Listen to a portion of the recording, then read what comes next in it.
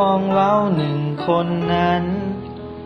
สามารถจัดสรรออกเป็นสองระบบ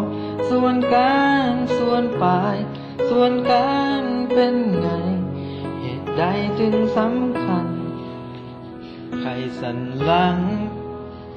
รับสัญญาณแล้วส่งไปที่สมองและเกี่ยวข้องกับการตอบสนองแบบนี้เฟกสมองต่างๆกับหน้าที่ฟิลิบัมเกี่ยวกับความคิดและปัญญา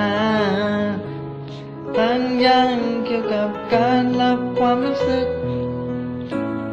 ให้โปรดเธอละมาทำให้หิวและควบคุมอุณหภูมิไงถ้าละมาส่วนรวบรวมกระแสประสาทในสมองแล้วส่งไปที่ส่วนอื่นภายในแกนสร้างเมลาโทนินซิลิเบลัมควบคุมการทรงตัวปอดควบคุมหายใจและการเคี้ยว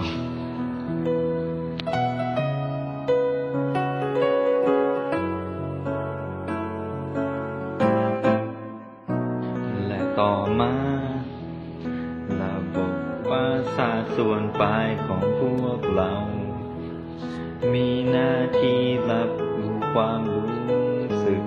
และก็สั่งการเนื้อหาช่างเยอะ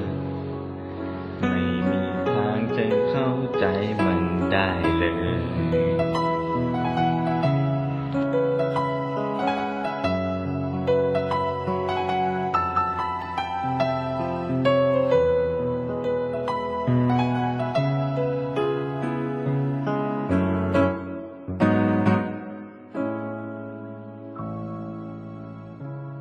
ฟิลิบัมเกี่ยวกับความคิดและปัญญา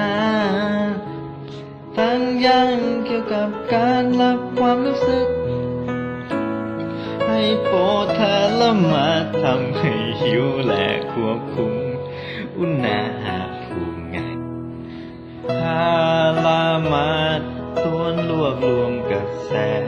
ประสาทในสมองแล้วส่งไปที่ส่วนอื่นภายในแกนสร้างเมลาโทนินซิลิเบลัมควบคุมการทรงตัวปอดควบคุมหายใจและการเคี้ยว